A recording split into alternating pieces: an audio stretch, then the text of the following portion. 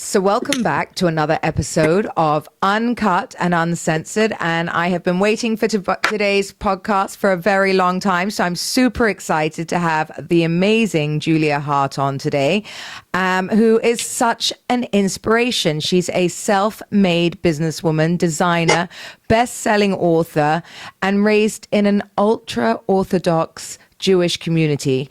At the age of 42, she changed her life completely. And Julia, I'm totally inspired by your story. So welcome to the show. Thank you, Caroline. Thank you so much for having me on. So welcome. Well, today I really did want to discuss that journey with you, because at the age of 42, to change your life in such an incredible way, I'm 48 now, and I got married to a man 20 years younger when I was 43. So you and I would get along. Exactly. Moved to Dubai. I've done lots of crazy things, and people always look at me and say, how did you do it? And what really made you I've watched the show, obviously, on Netflix, and I'm a huge fan. But having the balls to sort of stand up and basically blow up your life in the politest terms, and a life that you've had for so long. Like, how do you get the balls to do something like that? Because it's what women get so stuck at this age and think that we've been taught life is over. Yeah. I think for me, the beginning and end of my personal exodus was my children. I don't think I would have been, I know I wouldn't have been able to do it for myself. It was too frightening. It was time travel and going to Mars. That's what it's like, You go from a very closed community to a world you know literally nothing about in your 40s. I mean, it's terrifying. It's hard to explain to someone what it's like to walk into the 21st century at 42 years of age, because that's what it feels like. And you don't know a single human being. You've never lived a normal life. You didn't go to a mixed high school. You didn't have prom. You didn't have your first kiss. You didn't go to your first bar or your first club. Like, everything about what is modern life, you didn't live it. You just didn't. And so I don't think I would make it if I wouldn't have left if it wasn't for the fact that I realized that if I stayed, the misery I felt would be passed to my children, and that my children, my daughter Miriam, who is the youngest person in Stanford University history to ever give a class. She taught a class on augmented reality as a freshman. This is a girl who had never seen a computer before she was 13 years old. And 5 years later, she's literally giving a class in Stanford University. So I looked at my children and I realized, if I don't get out, they're going to be as miserable as I am at my age. And I can't let that happen. And so they were my inspiration to get the fuck out and walk out the door. And when you did I wouldn't have done it without them. Like, you're super successful now, but back then, did you have any money to your name? Like, how do you start again? So my book Brazen, so the way that I divide it is like, my show is my present informed by my past. Yeah. My book Brazen, that's my past. Like, that's the whole story.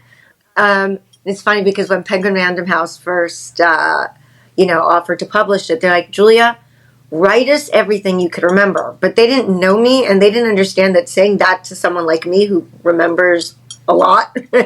I sent in a 1,710-page manuscript. Wow. They told me to write everything I remembered. Anyway, and then we brought it down to like a 400-page book. So it's a long story, because nothing happens overnight. I decided I wanted to leave in my mid-30s. And then it took me 8 years to plan my escape. I needed to make money. I needed to figure out how to, support myself. And I wasn't leaving without my kids. So I had to figure out a way to support myself and my children. I had to educate myself. I had to become a voracious reader because I knew nothing about the outside world. So it was an 8-year process to educate myself. And I taught while, the rest of my community thought I was just teaching in Judaic high schools. I was actually selling life insurance for MetLife on the side in my wig and my whole 9 yards. I looked like a really very proper librarian or nun or whatever you want to use to imagine a very, very well covered woman. And Yeah. And so, I was teaching in so many schools, it was really hard to keep track of my schedule. And so I popped in life insurance and sold life insurance and put together a nest egg so that when I was ready to go, I have money to walk out the door. I mean, that's absolutely nuts just listening to even that, because it's like you have nothing to go to or no one to ask or any point of reference, at that. I didn't tell a single person, nobody, not a single human being. And to see your life now in a million years, could you have foreseen this? It's funny. Every time I think about like what, where I've started, where I've gotten to, what I've been through, I just, to me, I'm just proof positive that A, anything is possible, and B, that it is never too late to stand up, change your life, go for what you want, and build something of value. To me, that's why I did my show and wrote my book. I believe that if I can do it without any education, without a college degree, anyone can do it. And it's just never too late, and there's no excuses. You know what I'm saying? Like, in the sense that people want a better life, but they're afraid to go after that. And I want them to go after it. I mean, that is something I teach every single day, because I deal with so many women. And the one thing I hear is like, well, you were blessed, you come from money or whatever else. That's rubbish. Anyone can do it. And I think that that's such a powerful message, because most women wouldn't have done what you've done. They'd have said it was too hard. They would have stayed exactly where they were. And look at, you are having a complete metamorphosis. It's the only way to describe it. I mean, also it's, as you were saying before, you were so covered up and all of this, and now you've turned into this little sex kitten that sort of bombs around town and designing.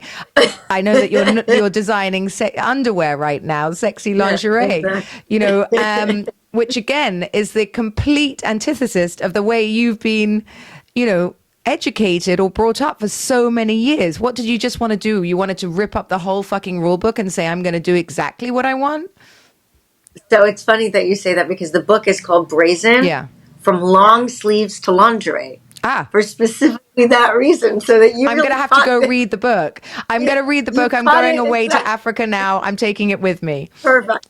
Because it's literally called From Long Sleeves to Lingerie, because exactly to your point, it's genuinely comical. A woman who spent her entire life covered head to toe then becomes the creative director of the world's largest lingerie brand, La Perla, and now I have my shapewear brand. People always say, like, when I first came into the industry, I was told a lot of ridiculous things. A, comfort is a dirty word. And by the way, when I came into the fashion industry, comfort was a dirty word. People made clothing for women, but not for women. No one cared what they felt like. No one cared if they had movability. No one cared if it was painful to wear it. All they cared is what women looked like. And so when I came into La Perla, I made the first ever stretch lever's lace. I incorporated a new kind of thread where the elastin is inside the thread so that you could still have this incredibly soft, light lace, but it moved with your body. We called it the freedom panty. Like, everything I've always done has been to eradicate shame, pain, or helplessness from women. So it's a bit like the laces, how when I literally loathes bras. I find them so uncomfortable, unless it's like a t-shirt one, and they're not very pretty. So it's like a lace that would be. Oh, look at that! That is pretty. That's like a t-shirt one. And the bra is built in size. Yeah. It's by your cup size. Yeah. And it has no wires, but it has this new technology where it's just fabric, but it's put together in such a way, it's fused by heat fusion, and so you don't need an underwire. Which is my worst. And they come out. They always come out in the washing machine. Yes, thank you. So it's really, it feels like butter on your skin. Like you're not wearing anything, which is the dream. Like you're not wearing anything. Yeah. And actually, I was wondering, can you wear that at night? Because I get sleep lines between my boobs. We have bodysuits and long sleeve bodysuits with the bra built inside. Yeah. You don't ever have to wear a bra with my clothing. Oh. Because we make clothes. We're the only people in the world, as far as I know, We make clothes that is not just by your dress size, but it's by your cup size. Oh, that's clever. You can buy an extra small double D. You could buy a medium B. You could buy an extra large F. Yeah, because So women now, and it's got the little cutlets. So if you want a little boost, you can take it out you have and a put it boost. in. If not, you take it out. And I mean, this is what excites me. This is shapewear. Yeah. It certainly doesn't look like shapewear. It doesn't, everyone else is, this light is. But you can go out to dinner in that. Yeah. This is shapewear that Yeah. you can wear out. Yeah. Yeah. And the color doesn't fade. Look at this. You can Super stretch it from pretty. here to eternity. And with most things, like I use these Saint Laurent pants as an example, when you dye something and you color it and you stretch it, this is what happens. You get those nasty white lines. Yeah. Right? And you don't have that. And because of that, because shapewear is such an elasticated fabric, people have always made shapewear beige, white, and black. Because you stretch those colors, nothing happens. You stretch beige, it still looks like beige. You stretch white, it still looks like white. Black, you may have a little gray in between, but it's pretty much like black. You try doing that with red in stretching. But with our technology, you can literally stretch from here to eternity. Color doesn't budge, pattern doesn't move. Here's one that's patterned, and you can stretch it, and as you see, no lines. I think so. We've changed. We kind of like to sort of wear stuff as well. Like these bodies are so good to wear for dinners under blazers. Like it's just uniform. Exactly. It's just a uniform, which I think as we go up. Yeah, I mean, to me, what I love about it is that it's shapewear that's also clothing, so you don't need to layer. Because I hate when I have a bra on and then something else on top of it, and then my actual outfit. What is the first thing every woman does? When she goes home. Oh my gosh, I just spilled coffee on our sample. She goes and unclips her bra. That's what the first step of every single woman, baby. Thank you, my darling. Every single woman that I know, and I'm sure you do the same thing. You get home. What do? You unhook your bra. You take your bra. I barely wear them anymore. I find them so uncomfortable. I hate bras. My first collection at La Perla, our campaign was burn the bra. Literally. I do have a lot of La Perla. I used to buy a lot of La Perla. So, and my mum used to have a La Perla store in Bond Street, London. So oh my goodness. Yeah. So that's wild. Yeah. Used to get all my beautiful underwear from there. Wow. Yeah. I love La Perla. Wild. So here, the beauty is your bra is inside your outfit.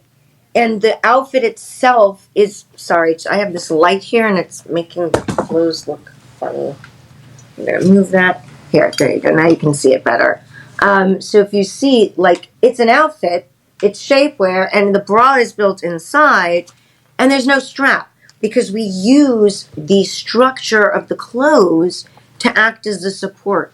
So you don't have straps, you don't have a hook, you're not going to feel anything, and yet you could be a double F and it will hold you in place. I mean, it's crazy comfortable. Well, I think that's key for anyone, and that's great for date night. No bras to unhook, and you can just drop it off. And we've got bodysuits that are like this. We've got long sleeve ones. We have so many different varieties, and we have ones with wires, but they're not metal. They're made out of a kind of I don't know. I have to ask what the exact material is. It's really, really cool. But for people who don't want any, you've got the first one that I showed you. Where was that first bra? What? Where did I put it? Sorry. The first bra that I showed, the blue bra. Do you have it somewhere? Under your chair. Under my chair. Oh, okay. And then we've got ones like this where there's no wiring at all. So, and again, there's nothing, there's no straps, there's no hooks, there's nothing that you put on your body that I'm going to make that's uncomfortable. I just won't do it. And so I think that the melding of color and shapewear and clothing and bra cups put together in something that, so my first collection, it was between $78 and $198. This collection, the most expensive piece, is like $58. We really managed to bring down the price because we were selling so many pieces, and the one comment I kept on getting that was giving me so much angst is, I can't afford your product. And it was driving me crazy. I was like, guys, this is not right. The whole idea of this is that as many women as humanly possible, we have the largest size range. We go to up to XXXL. And I want every woman to be able to afford it and every woman to be able to wear it. So we literally brought the price down from like $198 to like $58. I mean, a huge, huge drastic change while keeping the materials, the color, everything else the same. But, I managed to negotiate some really amazing deals with my factories. So I was able to make it a lot more affordable. So a lot more people can wear it, which I think is really, really important. So I just think that it's something that doesn't exist, right? There is no melding of ready-to-wear plus shapewear plus bras all built inside one thing. No, it's amazing. I mean, how do you choose your projects like this? Because you've done your shoe line, you've done, Elite, you've got, done sort of worn so many hats in your career. And that's another thing I think women find hard is they think that, once they've had one career, they can't really swap and do other things. How have you managed to sort of be so successful in every lane you've chosen? Thank you. I think number one, when I left the community, like you asked me, and it was a great question. You said, now you're like this sexy mama with the low cut tops. When I came into the fashion industry, the second thing I was told, other than that comfort's a dirty word, was, Julia, if you want to be taken seriously, you can't dress the way you dress. But wait, with sorry. your low cut tops. Why did you start dressing like that? That's what I'm saying. What was Right. it coming So from what that? I'm gonna answer. Oh, okay. Right. So that's what I'm saying. So when they told me you have to change the way you dress, I explained to them why I dress the way I dress. And I explained to them that, to me, uncovering my body is freedom. My entire life, I was told that my body was shameful, that my body is responsible for men's sins. Not that men themselves are responsible, but that women have to hide themselves so that men are never tempted and don't sin. It is a woman's responsibility in my world to prevent men from sinning. And so the more drab you are, the more you disappear, the better of a woman you are. And so for me to uncover my skin, to wear feminine clothing where my body is out front and center, it's freedom. It's my freedom flag. It's my body, my choice, my way, and no one is ever going to cover me up ever again for any reason whatsoever. That's So why there. I dress the way I do. And so when they came to me and told me that, I said, I promise you, I'm going to keep dressing the way I dress, and they will respect me.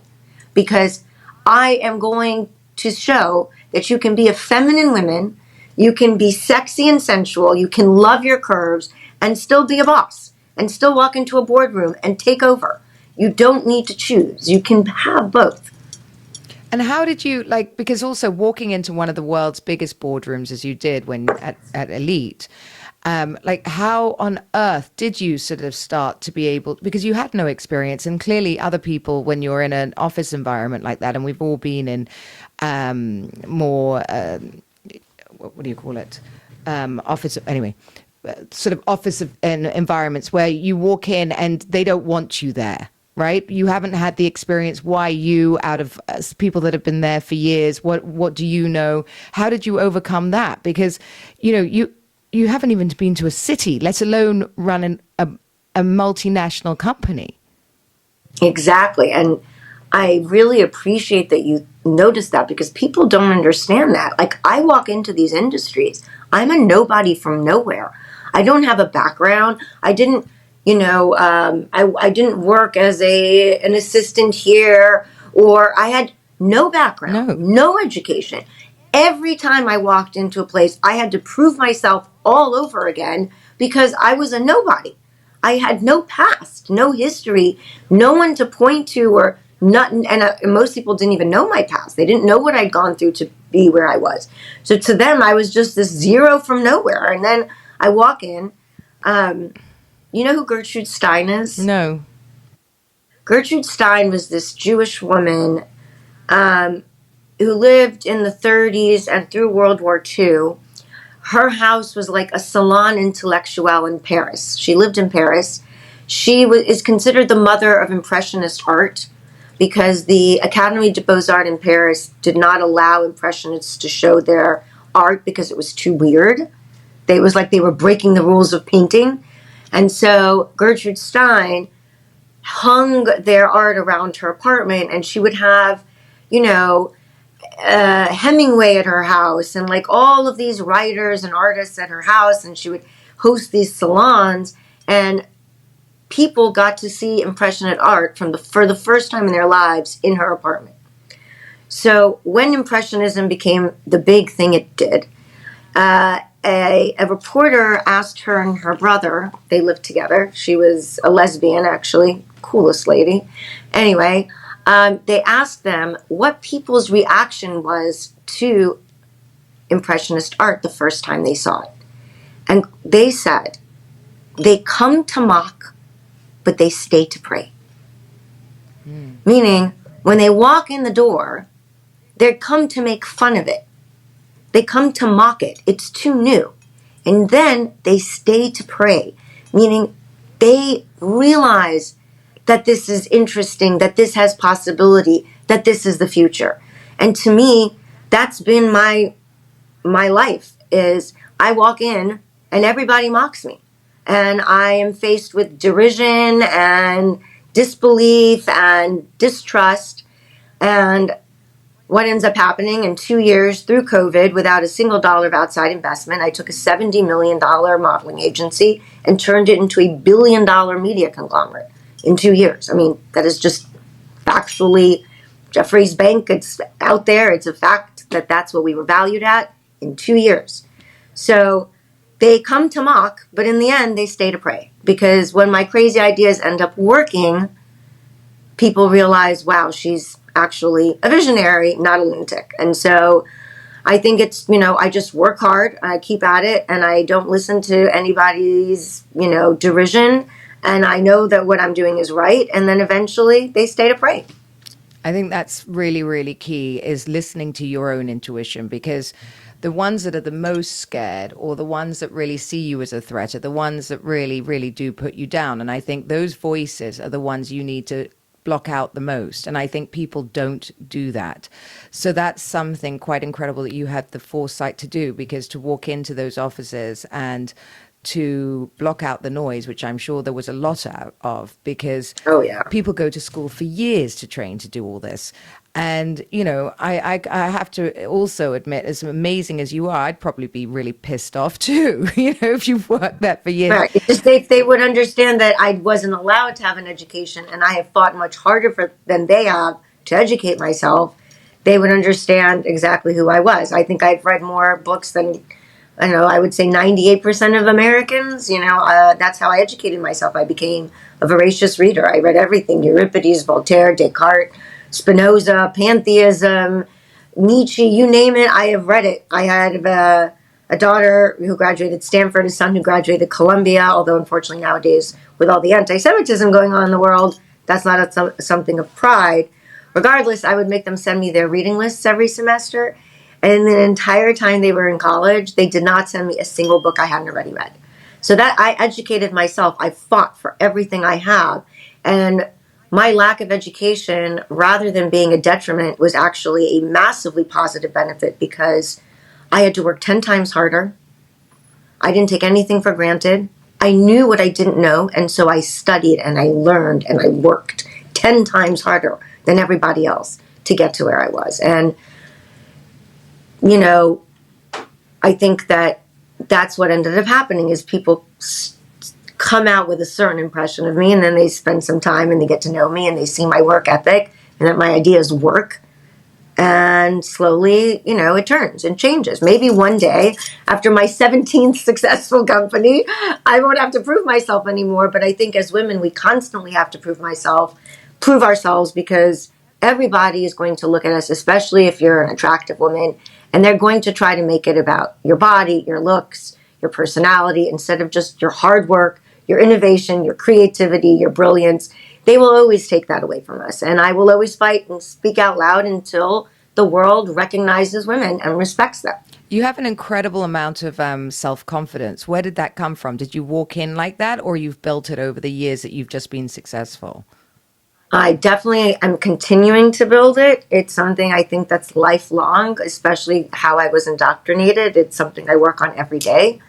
It's just, I don't, when I kind of think it comes from when I walked out the door and survived, it was like, okay, so I can time travel into like Mars, because that's literally what it feels like. So if I can do that and survive, I can do anything. What else can I do? And so I just set zero limits for myself. You don't know what you're capable of until you try. I'd never made shoes, but I made a successful shoe company. I'd never written a book, but I wrote a bestseller. I'd never sold a television show, but my show is top 10 in 192 countries. We don't know what we're capable of until we try. And to your point, I think as women, we fear rejection. We're not used to it. To us, rejection kills us and stops us and prevents us from being who we really can be. I say, get used to rejection. Get used to discomfort, rejection, angry voices around you. You have to be okay with it, because otherwise you can't succeed. There is no way around it. You're going to make mistakes. You're going to make enemies. People are going to attack you. And that's part of the journey. And you have to be strong enough to withstand that as a woman, because otherwise it doesn't work. And I don't want to sugarcoat it for people or make it seem easier than it is. It is not. However, if you believe in something, and if your voice can drown out everybody else's, and if you stay true to your cause, you succeed by definition. I don't think there's an exception. I really don't.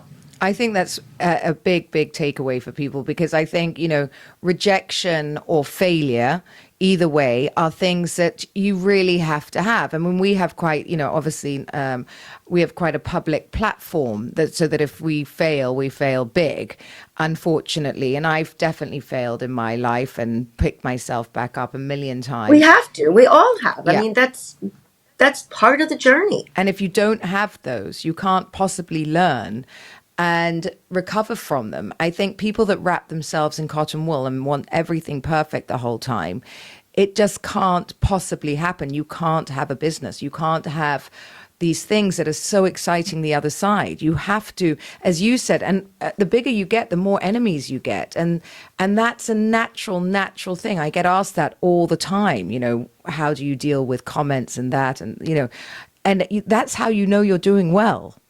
That's Exactly. how I put it. I always say I'm as proud of my enemies as I am of my friends. If my enemies are racists and liars and thieves, I'm doing something right.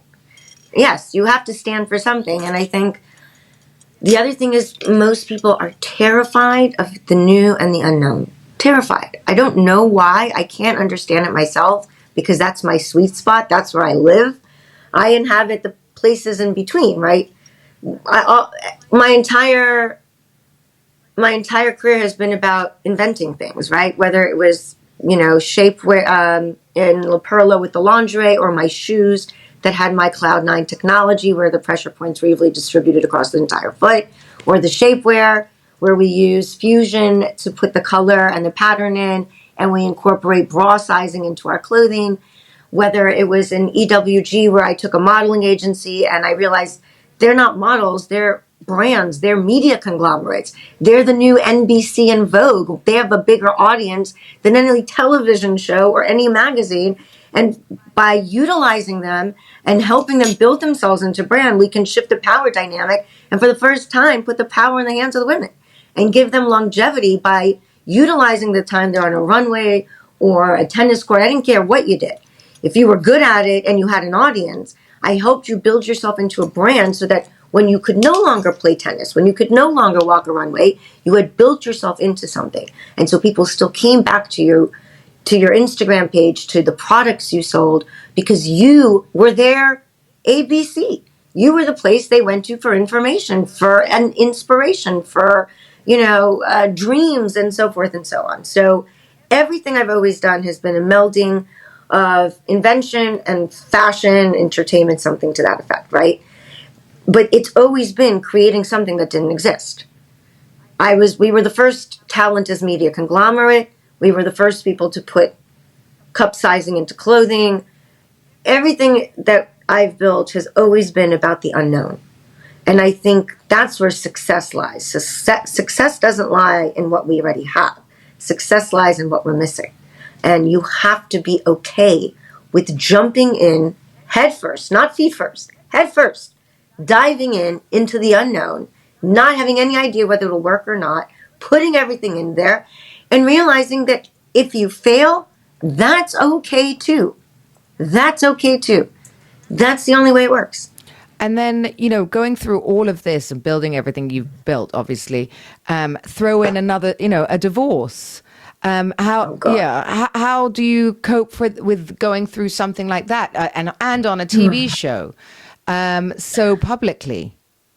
It was rough. 2 years ago, before the whistleblower came forward with all her tens of thousands of documents, and before all the accusations against me were dropped, for like a good 6-7 months, I would wake up every morning to read crazy things about myself. I was a car thief. I have a document where I literally purchased it with my own money, and I read it on. Were you completely blindsided? Oh my God! Well, I mean, I'm the one who asked for a divorce. Oh. I'm the one who asked for a divorce in April 2020, and he kept on saying, "Well, let's go public first. Let's do this first. Let's do that first." And finally, when I was like, "Dude, I can't handle this anymore," that's what happened to me.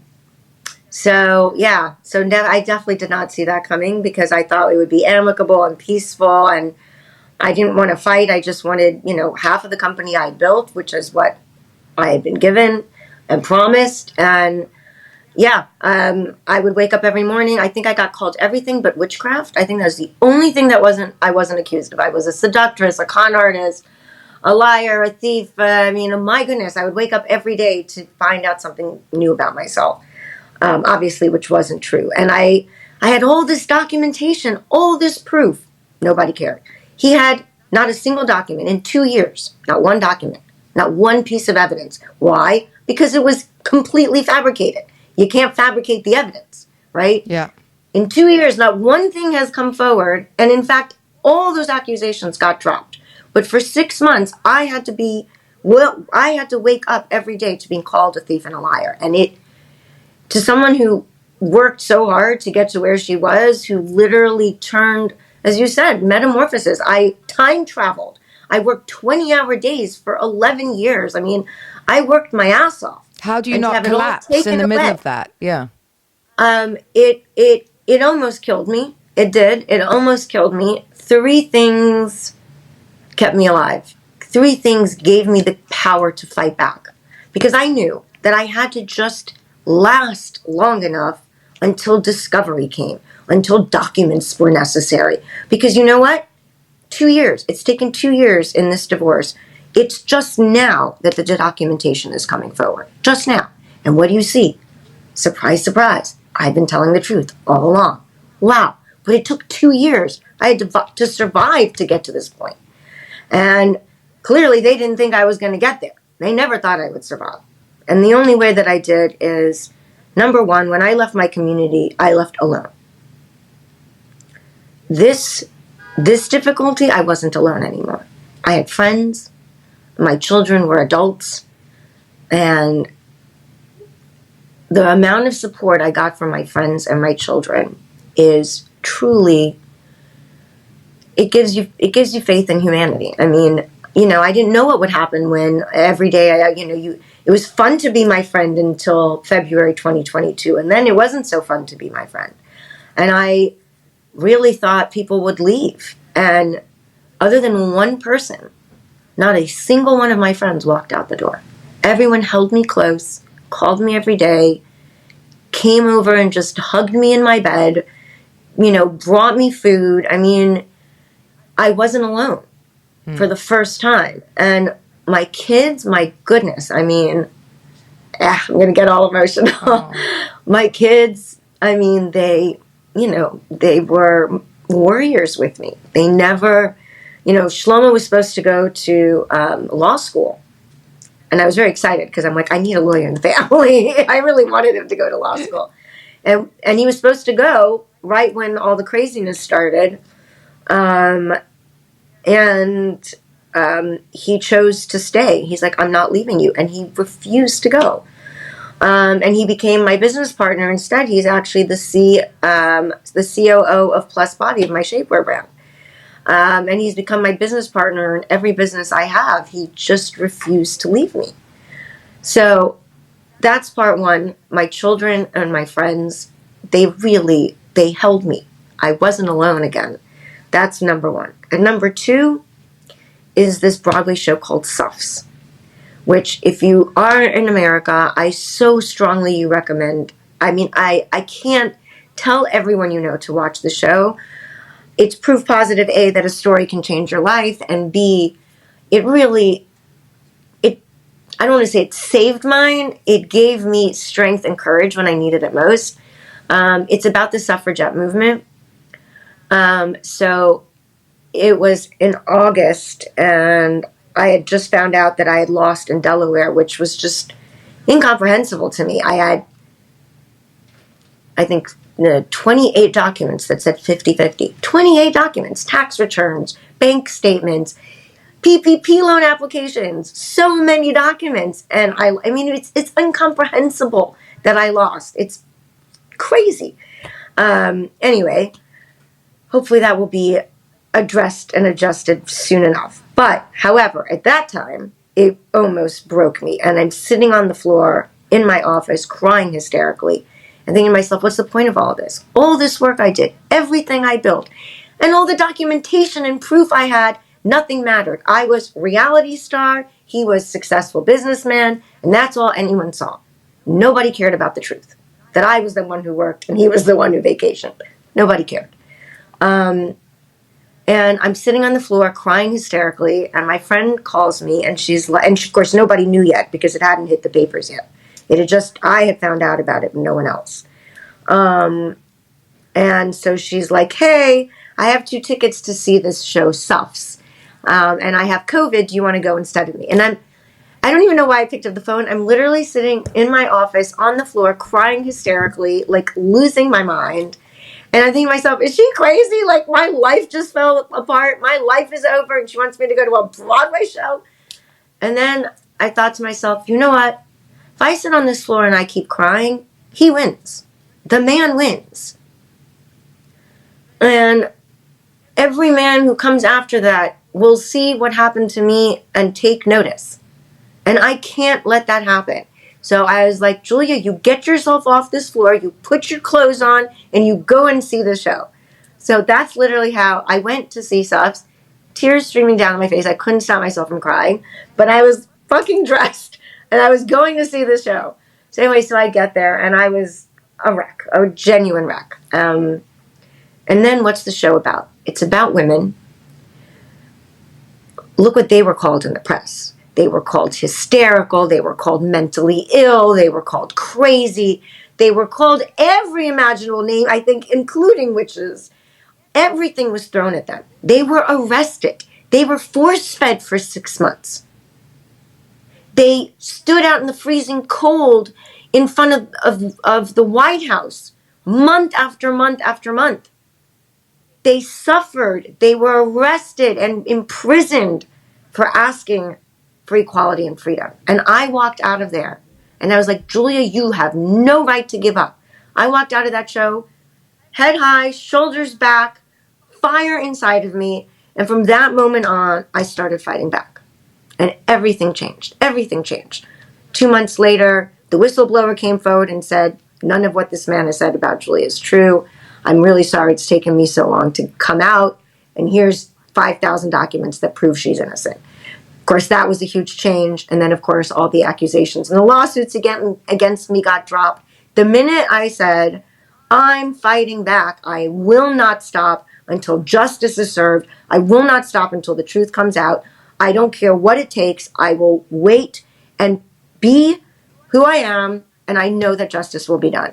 And so those 2 things helped me survive. I think that is, something I really understand and can't tell you how powerful that is. I had nothing like yours, but spent 8 years in a law case with my last business. So 8 years. Oh my And I God. sat in Queen's Court on my 43rd birthday and looked the man in the eyes. And I said I was going all the way too.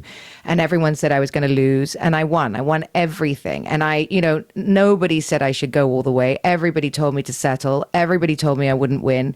And I was like, I'd rather be in a tiny apartment with a flip down bed than he walks away with one single penny that I earned. And, Thank you. Exactly. People gifted him my CEO-ship. There were articles that were like, we were co-CEOs. I mean, it was insane. Like, you can't make a new past. You know what I'm saying? Everything that I worked for was literally gifted to him without a single document of proof, without a shred of evidence. I was eviscerated by definition. Just because you were Everyone the woman. believed it. Just because I was the woman, I was the reality star. He was the elegant businessman with the fancy college degree. Well, and that's all it took. It kind of looked like, I suppose, when you look back at it, that you were his girlfriend and he just put you there. In a way, Exactly. Yes, that's what exactly. it was made to look like. Yeah, That's exactly right. Exactly correct. It became, wealthy businessman hooked by a seductress. Mm-hmm. Although, again, none of that. It just factually, there's just facts, right?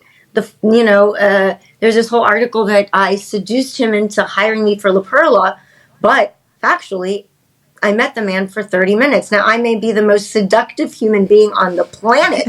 I don't think anybody on earth can say that you can seduce someone in under an hour with a group of people sitting in a room. It's just factually impossible.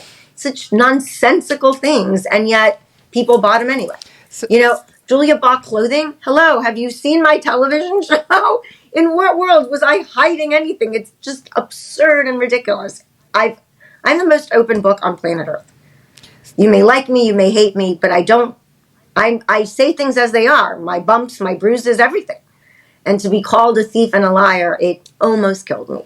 If it wasn't for my family, my friends, and feminism, I probably would not be standing here today. Well, you're coming out of top, and I for one can't wait yes, to see you win, I hope. I mean, what's next for you in the love life? I mean, do you still hold, are you dating? Do you have any guys for me? Oh, my husband's 29 years old. I'm 48. I don't know whether you want to go my route. That's what people give me so much grief because I date much younger men as well. But that's also because I'm 11 years old, right? Yeah. I've been in the outside world for 11 years. I've been working for 11 years. I'm just getting started.